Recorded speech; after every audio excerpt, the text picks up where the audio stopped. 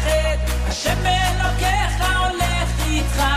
עם ישראל לא מפחד, השם אלוקינו השם אחד. Bonjour à tous les auditeurs et auditrices, c'est un plaisir de vous retrouver ce matin dans votre émission du vendredi, l'univers de la Yeshiva, présenté par le Rav Mordechai Chalençon, et nous revivrons ensemble la vie juive en 1001 questions. Comme vous le savez, hier c'était Yom HaShoah, une journée à la mémoire des victimes de la Shoah. Chaque année en Israël et partout dans le monde, un hommage est rendu lors de Yom HaShoah aux 6 millions de juifs tués durant la Seconde Guerre mondiale, victimes des nazis et de leurs collaborateurs. Le Yom HaShoah était hier, le jeudi 16 avril 2015. Et comme vous le savez, Radio Judaïka a fait la lecture des noms des déportés juifs et elle s'est poursuivie sans interruption durant ces 24 heures. Vous le savez, les cérémonies de Yom HaShoah ont été instituées par l'État d'Israël en avril 1951, après que la Knesset, le Parlement israélien, a fait de la date hébraïque le 27 Nissan, la journée de commémoration du soulèvement du ghetto de Varsovie et de la Shoah. En Israël, le jour de Yom HaShoah à 10h du matin, les sirènes retentissent pendant 2 minutes à travers tout Israël. Les voitures, les bus s'arrêtent, les passagers en sortent. Les piétons s'arrêtent également et respectent ces 2 minutes de silence. Pendant ce jour, les lieux de loisirs et la plupart des établissements publics sont fermés conformément à la loi israélienne. Les chaînes de télévision et de radio diffusent essentiellement des programmes documentaires à propos de la Shoah, des interviews, des reportages sur les commémorations et aucune publicité n'est diffusée. Aujourd'hui, pour notre émission de ce matin, étant donné que nous commémorions hier le jour de Yom HaShoah, pour cette occasion, j'ai rencontré 2 fils de déportés, Monsieur Lipsik et Monsieur Oselka, qui nous raconteront l'histoire de leur père. Pour cette occasion aussi, le Rav Pinson nous fait l'honneur d'être avec nous ce matin pour parler de ce jour extraordinaire de Yom HaShoah. Bonjour Monsieur Lipsik. Bonjour.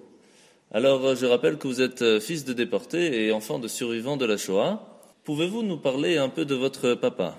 Eh bien, mon père, aujourd'hui décédé, s'appelait Yitzhak Shulem Lipschitz. Il était né à Lodz en 1926 et il avait grandi à Pietrków en Pologne, une ville située à 25 km au sud de Lodz, dans une famille très religieuse. Il avait un frère, son cadet, Michael, et une sœur, son aînée, Genia. Pietrków était une ville industrielle où étaient installées des usines de textiles, de bois et de verre. Pietrków avait une superbe synagogue, et c'est le père de Rav Meir Lo, aujourd'hui grand rabbin de Tel Aviv, qui en était le rabbin. Mon grand-père avait une usine de textile, mais sa famille ne roulait pas sur l'or. Et combien de juifs y avait-il à cette époque ? Avant la guerre, il y avait plus ou moins 15 000 juifs à Pietrków et ils représentaient plus ou moins 25% de la population. À quel moment est-ce que les Allemands ont envahi la Pologne ? Le 1er septembre 1939, les Allemands ont envahi la Pologne. Les Juifs de Pietrków furent rassemblés dans un ghetto et les hommes valides envoyés dans 2 usines de la ville, l'une de bois qui s'appelait le Bougaï et l'autre de verre qui s'appelait Hortensia. Alors racontez-nous un peu comment se sont passées les déportations. Les déportations ont commencé principalement vers le camp d'extermination de Treblinka. Les Allemands rassemblaient les Juifs dans la synagogue et de là ils étaient envoyés en train principalement vers Treblinka ou d'autres camps. Et la population diminuant en nombre, les Allemands ont rétréci le ghetto et il était de plus en plus difficile de se cacher. Alors, toute la famille de mon père, sa mère, sa sœur, son frère, ses grands-parents, oncles et tantes, ont été pris dans une rafle alors que mon père et son père, mon grand-père, travaillaient dans l'usine de bois. C'est la dernière fois qu'ils l'ont vu alors ? La dernière fois que mon père a vu sa mère, frère et sœur, c'est à travers la fenêtre de la synagogue, avant qu'ils ne soient emmenés à Treblinka où ils ont été gazés dès leur arrivée. Et ensuite, que s'est-il passé ? En 1944, mon père et mon grand-père ont été transférés au ghetto de Cherstorova et de là vers le camp de concentration de Buchenwald. De grands noms sont passés par le camp de Buchenwald. Elie Wiesel, le prix Nobel de la paix, Israël Meir Lau, qui a été grand rabbin d'Israël et qui aujourd'hui est grand rabbin de Tel Aviv, Henri Kischka, un membre de notre communauté à Bruxelles, Marcel Dassault, Stéphane Hessel, Paul-Émile Janson. Et de là, ils sont partis travailler à Dora, c'est ça? De là, les prisonniers allaient travailler à Dora, Nordhausen, dans les tunnels enfouis dans la montagne où les Allemands construisaient les V2. Alors, je rappelle que les missiles V2, ce sont les premiers missiles balistiques opérationnels construits en ces temps de guerre, donc en 1944. Et puis, mon père est arrivé à Nordhausen le soir du 24 décembre 1944. Il m'a raconté, il neigeait, il faisait très froid. Il était à peine vêtu. Il m'a raconté qu'en arrivant dans le camp, il était passé devant les baraques où les Allemands fêtaient joyeusement Noël. Le camp était sale, aucune mesure d'hygiène élémentaire, les gens y mouraient de typhus et de faim. Alors, début avril 1945, craignant l'arrivée des troupes américaines dont on entendait tonner les canons au loin, les Allemands ont rassemblé les personnes valides pour les entraîner vers la marche de la mort. Mon père a dû abandonner, c'est le mot, son père à l'infirmerie de Buchenwald, car il était très malade, très faible et atteint du typhus. Mais qu'est-ce qui l'a aidé à tenir dans les camps de concentration? Ce qui l'a aidé à tenir dans les camps de concentration, c'est, je pense, la volonté de vivre. La volonté de vivre, de se battre. Il était jeune. Son père lui disait « Tu es jeune, tu dois te battre, tu as encore un avenir devant toi. » Et c'est la raison pour laquelle il a survécu. Alors, au début du mois d'avril 1945, alors que l'armée américaine approchait, les Allemands commencèrent à évacuer donc à peu près 28 000 prisonniers du camp principal, puis 10 000 prisonniers du camp de Buchenwald. Alors, comment cela s'est-il passé? Mais les gens encore valides ont été emmenés pour la marche de la mort. Et mon père est parvenu à s'enfuir pendant cette marche car les Allemands ne se préoccupaient plus vraiment des prisonniers, mais ils voulaient d'abord sauver leur peau. Et il a été libéré par les Américains, à qui il a demandé de partir en Palestine. Et puis, le hasard de la vie a fait que, sur la route de la Palestine, il est passé par Bruxelles. Il s'y est installé, il s'est marié, et je suis né.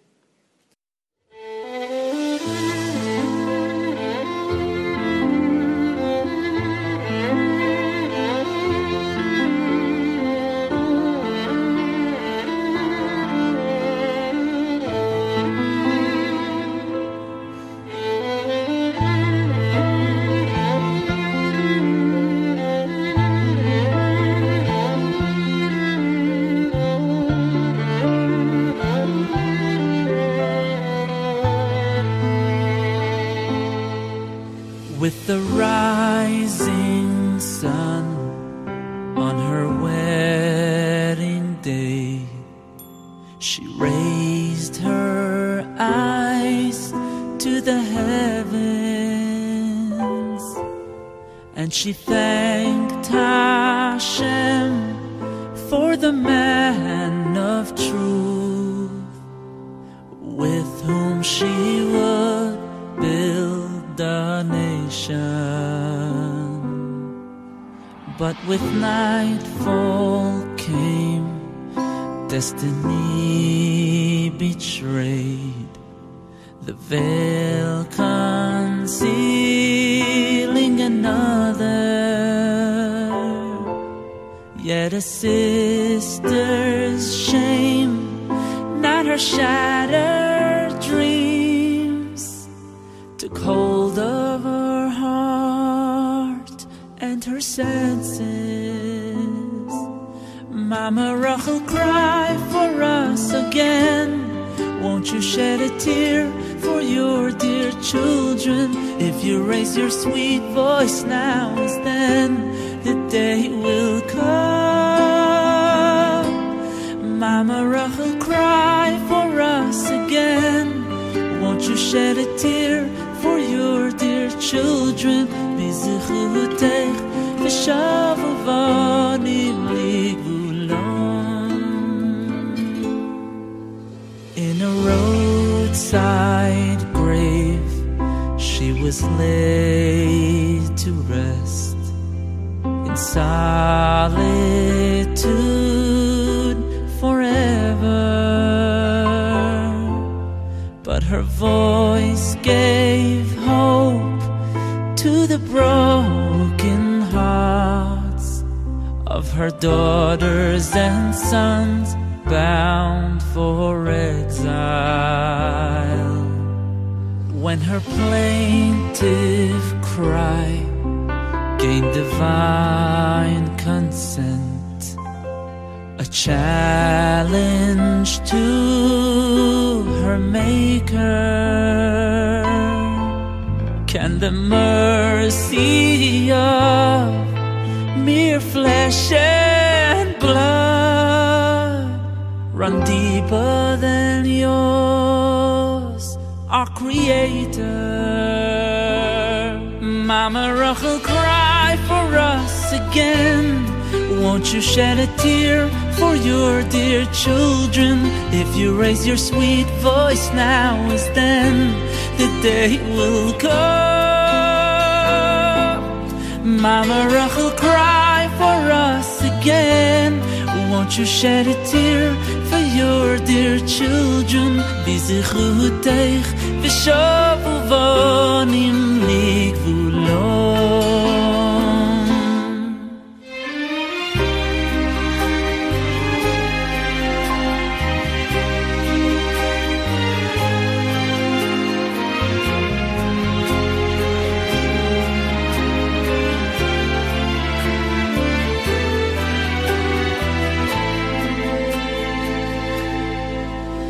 Now your voice is still as you heed the call of Miniko elech mibechi. It's our Father's will, He who made us all. There we ask of you to defy him. Yet a frightened child, numb from pain and grief, remains forlorn and uncertain, clinging to the faith that it can be heard as it cries out. Alors, quand est-ce que vous en avez discuté avec lui? C'était un sujet tabou à la maison? C'était un sujet, je dirais, dont on parlait très peu. Quand j'étais jeune, mon père ne me parlait pas de son passé, mais il fréquentait beaucoup de gens qui avaient passé le même enfer que lui et avec qui il parlait essentiellement le yiddish. Et vous parliez le yiddish? Je comprenais le yiddish parce que je voulais absolument essayer de comprendre ce qu'il se disait. Et puis, bien plus tard, dans les années 90, je suis parti avec lui à ma demande sur les traces de sa jeunesse. Il est retourné avec moi à Pietrkov. J'ai vu la maison où il a vécu pendant sa jeunesse. Nous sommes passés dans son appartement, mais malheureusement, les Polonais qui l'occupaient ne nous ont pas permis d'y entrer. Ils ont entrebâillé la porte de l'appartement et mon père m'a montré, par cet entrebâillement, un poêle à charbon qui était le leur avant la guerre. Et puis ensuite, nous avons été nous recueillir à Treblinka, qui est au sommet d'une montagne. Les Allemands avaient rasé tous les arbres. Le ciel était bleu, il faisait froid. Le seul bruit qu'on entendait, c'était le bruit du vent. C'est un moment terrifiant et terriblement émouvant. On n'entend pas les oiseaux dans les camps. Hein. Non, non. Et puis nous sommes allés à Dora-Nordhausen et à Buchenwald. Jamais je n'oublierai ce voyage. Alors, quel âge avait-il quand la guerre a commencé? Eh bien, mon père allait avoir 13 ans, il allait fêter sa bar mitzvah. Et donc il a pu la faire? Non, il n'a pas pu la faire. Il devait la faire entre Rosh Hashanah et Kippour 39, mais les Allemands sont entrés en Pologne le 1er septembre. Alors, nous avons décidé, ma femme, mes enfants et moi, de réunir la famille à l'occasion de ses 80 ans et de célébrer sa bar mitzvah au Kotel en Israël. Ça a été un moment inoubliable et de grande émotion. Je vous propose d'écouter votre père qui est passé sur Radio Judaïka en 2006 pour parler de ce magnifique anniversaire et bar mitzvah.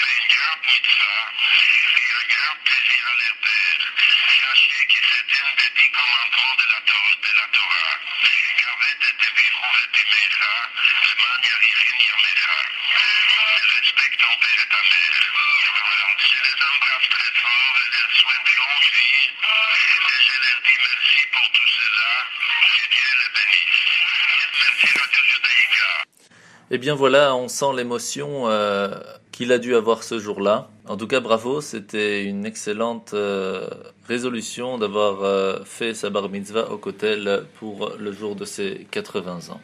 Alors maintenant, quel est un peu le but de la célébration qu'il va y avoir demain à la synagogue Mahalé ? J'ai demandé au Rav Pinson d'organiser un office à l'occasion du 70e anniversaire de la libération de Buchenwald.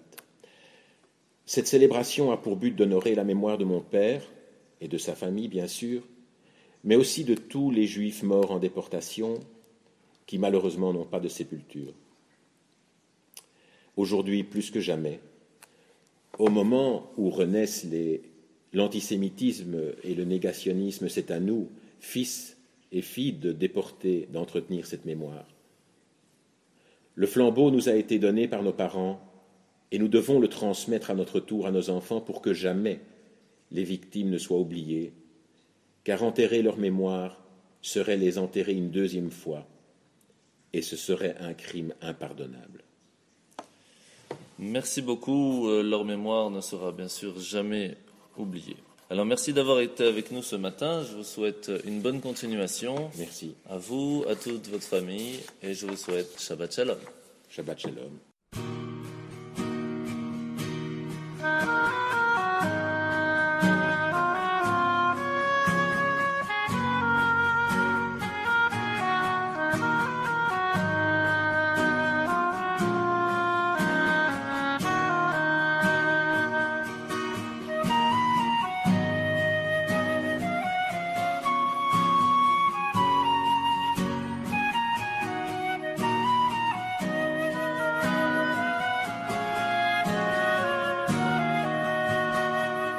By the ancient cave of Ir Chevron, you'll see a man standing all alone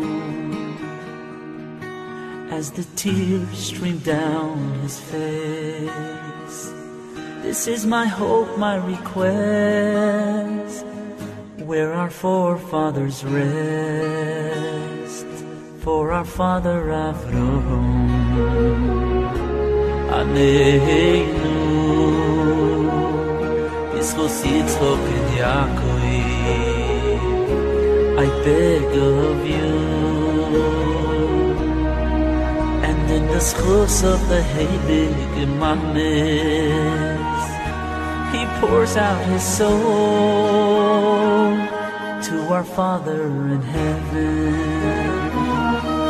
Tate, tate, tate, tate, die Zahlen dahin die Kinder ist Gott groß. Helf uns schein bis Chussos.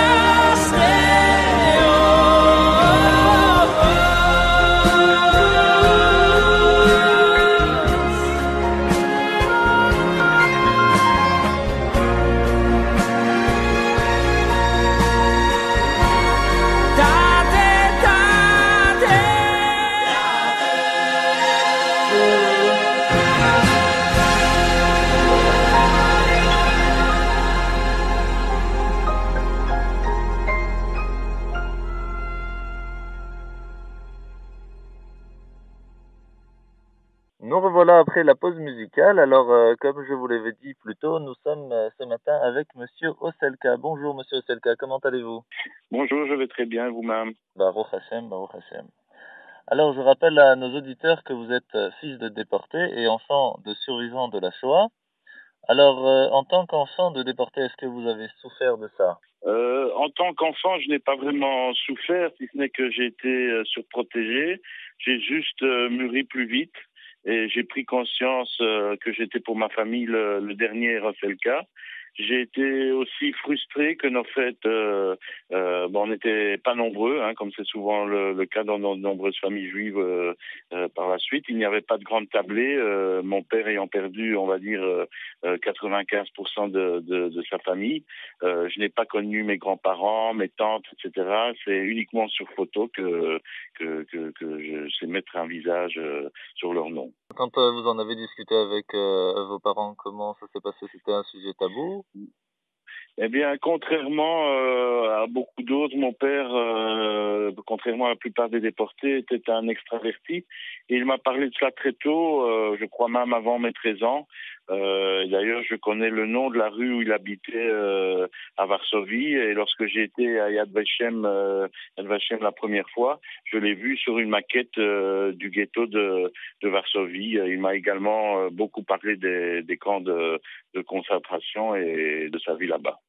Alors racontez-nous un peu comment c'était dans le ghetto de Varsovie. À Varsovie, la vie communautaire était intense. Il y avait des théâtres en yiddish. Tous les partis politiques étaient représentés, gauche, droite, sionistes, bundistes, d'immenses et magnifiques synagogues. Il faut savoir, pour ceux peut-être des auditeurs qui l'ignorent, qu'il y avait 3 millions de juifs qui vivaient en Pologne depuis plus de 1000 ans. Et il avait des liens avec les juifs d'autres pays ou de sa famille? Non, à ma connaissance, toute sa famille vivait en Pologne, malheureusement pour lui. Non, je n'ai pas de souvenance qu'il avait de la famille en dehors de la Pologne. Alors, Monsieur Selka, y avait-il encore de la vie communautaire dans le ghetto? Est-ce que les gens réussissaient à garder la foi? Bien, écoutez, justement, à propos de ça, mon père m'a raconté une histoire assez émouvante. 2 images qu'il a vues, ça c'était dans le ghetto de Varsovie, où à un moment donné, les Allemands tiraient, massacraient. Et d'un côté, il a vu une dame, mais très très âgée, qui m'a dit, et qui s'est mis par terre et qui a embrassé les bottes d'un nazi et lui a dit Kartoffel, elle s'est encore épluché les pommes de terre, laissez-moi vivre. Et d'un autre côté, il y avait un juif religieux qui a mis cette piline, qui priait et qui semblait complètement déconnecté de la réalité. Et pour lui, il y avait une autre réalité et les événements n'avaient pas d'emprise sur lui apparemment.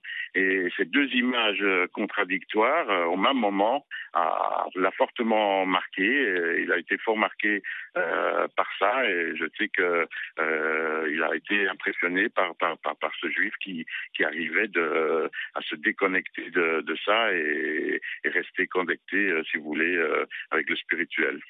Et quand ils ont été déportés, c'était en tant que juif? Oui, tout à fait. Mon père avait 13-14 ans et en fait, il faut savoir que c'est lui-même qui s'est présenté pour aller dans ces camps parce que mon père, à l'époque, était au ghetto et il avait entre guillemets le choix, si on peut appeler ça un choix, soit d'aller dans les camps sans savoir ce qui lui attendait, ou mourir, ça c'était sûr et certain dans le ghetto. Donc il s'est donc vieilli, je me rappelle, ils lui ont mis un pantalon en velours comme ça, grosse côte, pour paraître plus âgé et avoir encore une fois entre guillemets la chance d'être accepté, et ne pas finir gazé ou abattu directement, car comme vous le savez, il ne gardait pas les enfants. Les enfants en bas âge étaient directement tués d'une manière ou d'une autre. Et donc, après, il a donc voyagé vers les camps de concentration. Est-ce qu'il vous a raconté ce voyage? Oui, il m'a raconté ce voyage. Était comme c'est connu aujourd'hui atroce. Ils étaient entassés comme on n'oserait plus aujourd'hui entasser des animaux, pire que des poulets.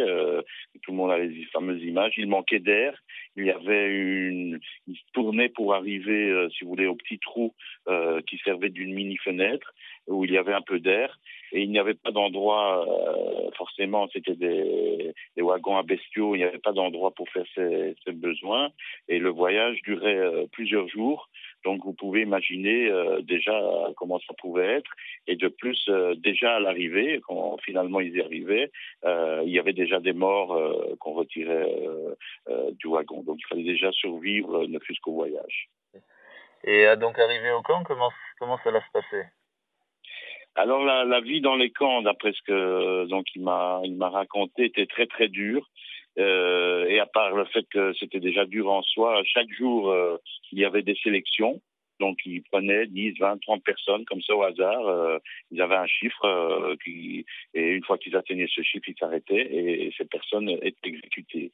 Donc ils décidaient, les nazis, les Allemands, ils décidaient qui doit vivre et qui doit mourir. Vous pouvez imaginer le stress. C'était la roulette russe tous les jours, quoi. Alors il faut savoir aussi qu'il y avait plusieurs types de camps. Pour schématiser, parce que j'oublie peut-être d'autres, mais il y avait deux types de camps essentiellement. Donc les camps d'extermination, comme Auschwitz, Maïdan et Treblinka, mais il y avait tous les autres camps où là on mourait, mais à petit feu, soit par sélection, comme je vous ai dit tout à l'heure, soit par maladie. Mon père a eu également le typhus et le choléra, il y a survécu, ou soit par épuisement ou de faim, mais de toute façon, pour la plupart, comme on sait, ce fut la mort, quoi. De plus, les températures, et qu'il y a un détail que je voudrais aussi signaler, les températures hivernales étaient terribles, de moins 15 ou même pire. Ils étaient vêtus, comme tout le monde le sait, de ces fameux pyjamas rayés. Et la nourriture était réduite à son strict minimum, un couteau de pain rassis avec une soupe d'eau où flottaient quelques légumes. Et les travaux étaient très très durs, chaque fois plus durs. C'est à ça que je pense chaque fois que je lis, comme on a fait récemment, la Haggadah de Pessah. C'est ça.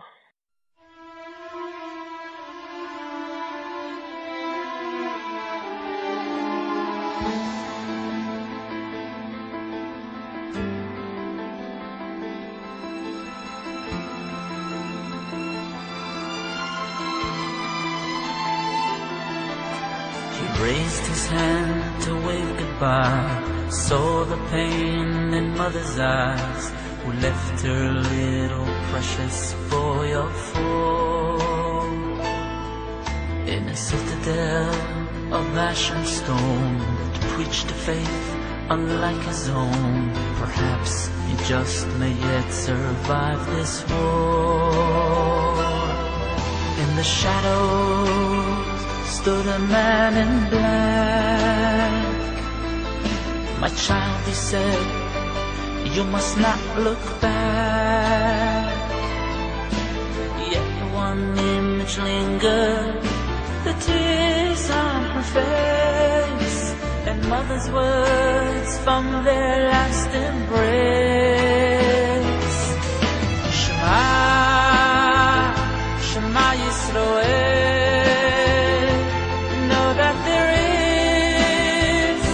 But one God above. When you feel pain, when you rejoice, know how it longs to hear your voice. Hashem Elokeinu, Hashem Echad.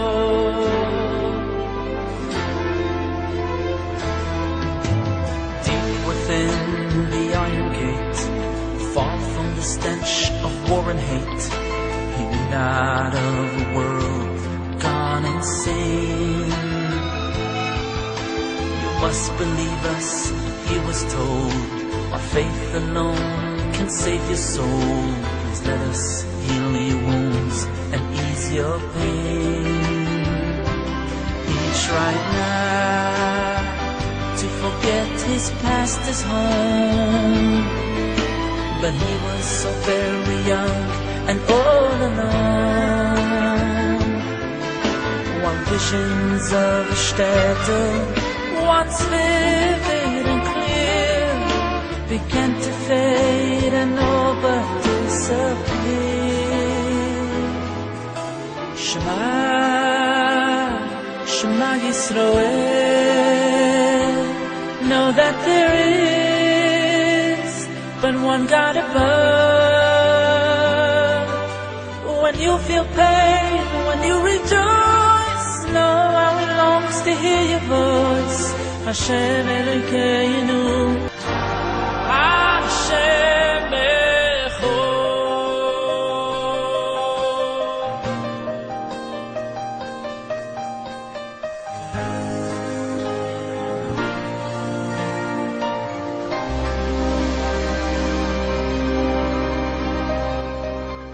Et qu'est-ce qui l'a aidé à survivre dans le camp alors? Alors, ce qui l'a aidé, d'après ce que, bon, d'abord, il était très jeune, hein, donc voilà, c'était l'instinct de survie.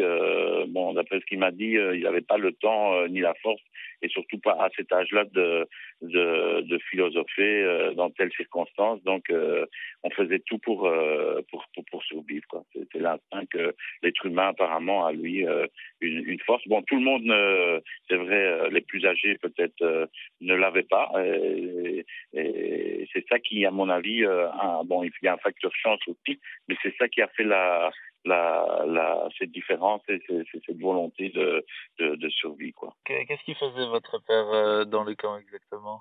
Mais ça, disons, il n'a rien fait de particulier. Il faisait les travaux que tous les prisonniers devaient faire selon le camp dans lequel ils étaient. Des fois, il devait mettre des chemins de fer, des rails ou des histoires comme ça. D'autres fois, il s'est retrouvé à Dora, heureusement pour lui, à travailler dans la cuisine. Donc, il n'a pas eu de travail particulier ou quoi que ce soit. Voilà, on n'a pas tellement parlé de ça. Alors, c'est connu que quand les Américains sont arrivés et que ce fut la liberté, quelques jours plus tôt, les détenus les plus valides ont été entraînés de force par les SS et contraints de marcher jusqu'à l'épuisement. Alors, comment est-ce qu'il a vécu cela? Alors, tout à fait. Mon père a bien été, comme vous dites, libéré par les Américains. C'était même le 14 avril. Bon, j'ai une photo de lui qu'il a gardée avec son pyjama, si je peux m'exprimer ainsi. Et il m'a mis la date et le camp, mais l'adresse, ça, je me rappelle plus. Et il a fait ça, effectivement, la marche appelée la marche de la mort, avec monsieur Izzy Lipschitz, dont je crois vous avez interviewé, ou le fils, et ils ne se sont plus quittés par la suite jusqu'au dernier moment. Alors, monsieur Selka, est-ce que vous avez une histoire à nous raconter sur cette marche? Oui, effectivement, il s'est passé quelque chose de très important pour la vie de mon père, qui l'a effectivement aussi marqué, mais dans un sens positif. C'est-à-dire qu'au moment où il faisait cette marche, il y a un prisonnier, un autre déporté, qui a couru dans les champs pour voler une betterave. Et il s'est fait attraper par les nazis qui lui ont tiré dessus, mais il n'était pas mort et il souffrait d'atroces souffrances, et il a demandé qu'on l'achève.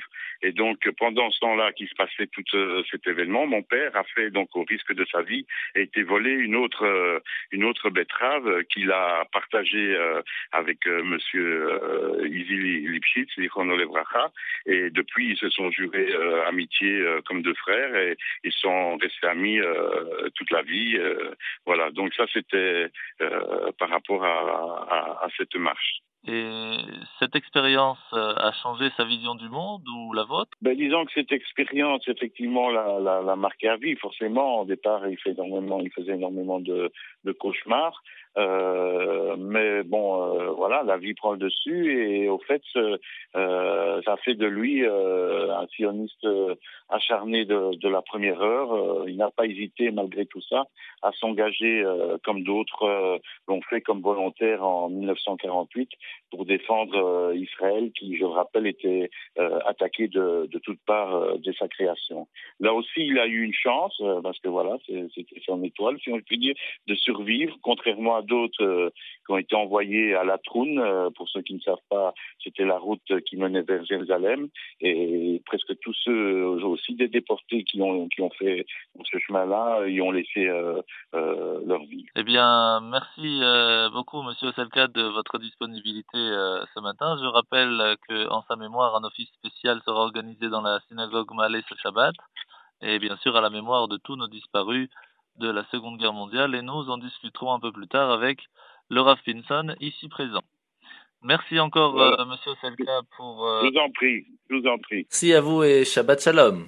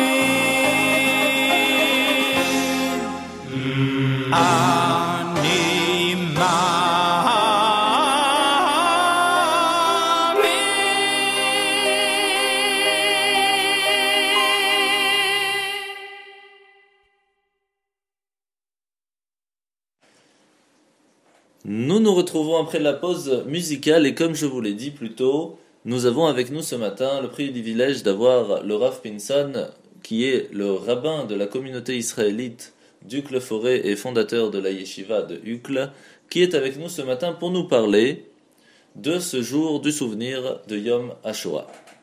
Bonjour Rav Pinson. Bonjour. Alors, qu'est-ce que c'est pour vous? C'est tout sauf une fête, donc pourquoi est-ce que la Shoah occupe une place primordiale dans le judaïsme? Alors, il y a beaucoup de leçons que nous devons tirer, que nous pouvons tirer et devons tirer de cette sombre période de l'histoire. Tout d'abord, la Shoah nous a prouvé que le mal et la haine gratuits sont des réalités qui existent dans notre monde. L'être humain a une capacité à développer le mal, et si on ne le stoppe pas, si on n'arrête pas ce mal, alors il peut en arriver à détruire le monde. Vous savez, il y a un verset dans la Torah, dans la Genèse, qui dit « Le penchant du cœur de l'homme est mauvais depuis son enfance ». C'est-à-dire que l'homme n'est pas né bon, il doit devenir bon. Il doit forger son caractère, il doit travailler, il doit plier ses instincts les plus bas, et il doit savoir qu'il n'est pas seul au monde et qu'un être supérieur se trouve au-dessus de lui. Donc, la Shoah nous montre que des êtres humains peuvent devenir, lorsqu'ils permettent à leur partie bestiale qui sommeille en eux de prendre le dessus, alors c'est la fin du monde. Alors, comment peut-on chasser cette partie bestiale qui est en nous? Alors tout d'abord, il faut être vigilant quant à l'existence du mal qui se trouve chez nous-mêmes et chez autrui. Il faut être d'abord conscient de cette réalité pour pouvoir travailler et œuvrer pour le déraciner. Alors nous avons beaucoup de commandements dans la Torah, et je dirais tous les commandements de la Torah, les 613 commandements que nous avons, sont destinés justement à permettre aux qualités supérieures, le Yetzer Tov, de dominer le côté bestial. Donc les actes, les bons actes de Torah et Mitzvot sont des exercices qui permettent à écraser, à rendre silencieux et à même chasser le mal qui se trouve en nous. Alors, en parlant de silencieux, que dire du silence du monde en ces temps-là? Malheureusement, être silencieux devant le mal, ça revient à consentir, à l'encourager et à l'aider et à se renforcer. L'histoire nous enseigne que le mal triomphe lorsque les bons restent silencieux. Donc, on n'a pas le droit de garder le silence. Il faut s'élever, il faut se battre afin que le bien emporte sur le mal. Et nous savons que dans les années 30, les pays ont fermé l'œil à l'égard de la politique discriminatoire de l'Allemagne nazie, de la haine. Et donc, le soi-disant monde libre, en gardant le silence, ils encouragèrent les nazis à poursuivre ces œuvres et qui malheureusement vont conduire à l'extermination de 6 millions de nos frères et à la destruction de l'Europe entière. Pensez-vous que l'antisémitisme est dû à l'ignorance? En fait, l'antisémitisme n'est pas toujours lié à l'ignorance, puisque nous voyons que l'Allemagne, qui était une société très cultivée, sophistiquée, qui baignait dans la culture, nous voyons ce qu'elle a pu devenir. Elle est tombée sous l'emprise du mal. L'Allemagne comptait parmi les nations les plus avancées, que ce soit dans l'art, dans la science. Donc, ce n'est pas quelque chose de l'ignorance, mais c'est un mal qui peut venir à tout moment. Et d'ailleurs, on a une fois demandé au rabbi de Lubavitch, est-ce que vous pensez, rabbi, que la Shoah peut se produire encore une fois? Et le rabbi, avec un ton sérieux, répond, pas seulement demain, même encore ce soir. Donc, nous voyons l'extrême danger dû à l'antisémitisme. Et cet antisémitisme, nous savons dans la Torah, Esav sonné et Yaakov, c'est une haine gratuite. Et donc, malheureusement, il faut la combattre tout le temps pour chasser, pour arrêter, pour stopper ce mal. Pourquoi est-ce que les tyrans se déchaînent-ils sur les juifs? Alors en fait, l'antisémitisme, la haine du juif, est en réalité la haine de Dieu, de la moralité, de l'éthique, de l'autodiscipline qui est véhiculée par la Torah. C'est la Torah qui essaie d'introduire dans ce monde une certaine éthique, des lois, et donc lorsqu'on combat le juif, on combat justement Dieu. Alors c'est important, à Yom HaShoah, de se souvenir donc de nos chers disparus, de cette partie du peuple qui a péri, parce qu'elle souligne la conscience qu'en dépit des ravages, nous formons toujours un peuple dynamique. Nous sommes là, et c'est ça notre revanche contre les nazis. C'est que le peuple d'Israël existe, et il est le peuple qui représente justement l'éternité de Dieu ici dans le monde. Alors, ce samedi, il y aura à la synagogue la commémoration. Alors, expliquez-nous. Alors ce Shabbat, nous allons commémorer donc ce Yom HaShoah par un service religieux. Le meilleur moyen de commémorer la mémoire des chers disparus, c'est de lier ce souvenir avec la prière. Et donc, à l'issue de l'office du Shabbat, il y aura donc la récitation du Kem Rachamim, des prières, le Kaddish, et il y aura donc quelques discours des enfants, des rescapés, donc dont M. Lipschitz qui prendra la parole pour rappeler justement l'histoire de son père et aussi l'histoire de la Shoah. Donc vous êtes invités donc, à venir prier ce Shabbat à partir de 9h45 afin de commémorer, de nous souvenir tous ensemble de la mémoire de nos frères disparus, frères et sœurs, de nos chers disparus, que leur mémoire soit bénie. Amen. Amen. Eh ben, je vous remercie, Rav Pinson, pour toutes ces paroles et je vous souhaite de passer donc un bon Shabbat. Shabbat Shalom. Shabbat Shalom.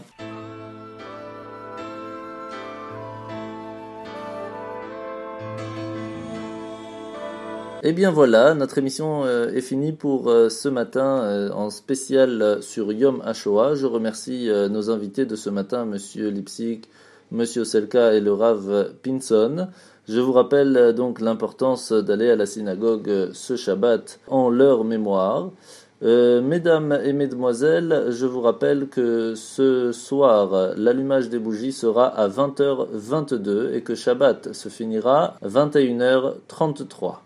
La paracha de la semaine sera la paracha Shemini. Je vous souhaite à tous et à toutes de passer un bon Shabbat en bonne santé et Shabbat Shalom.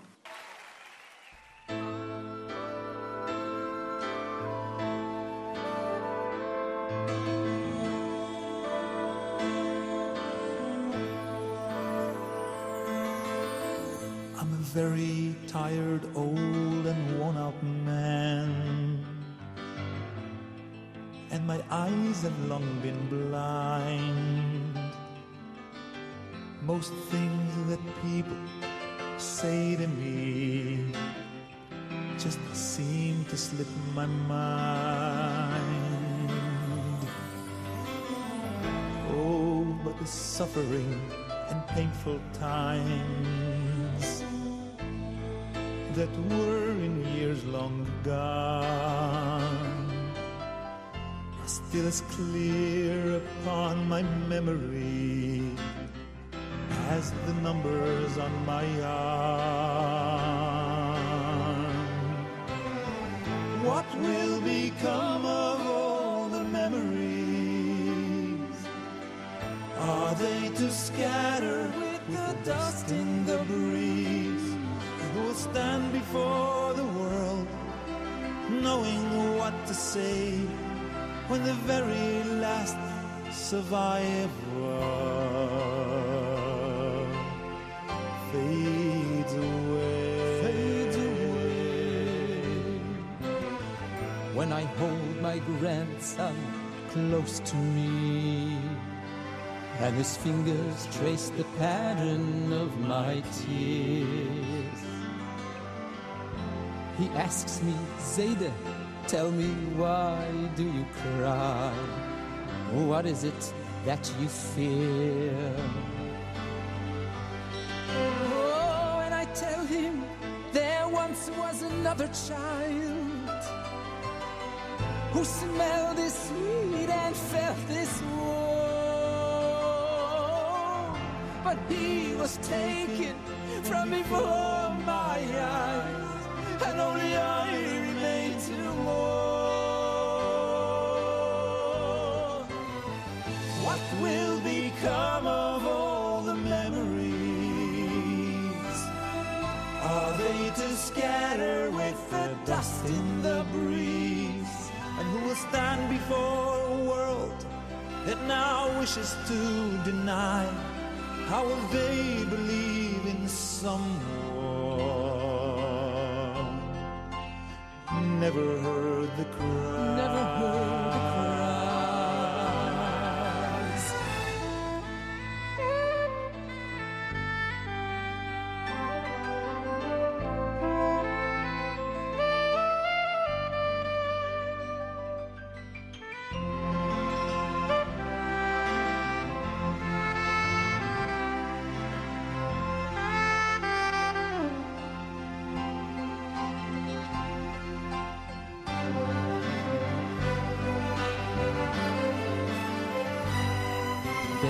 little I can say or do to make things change.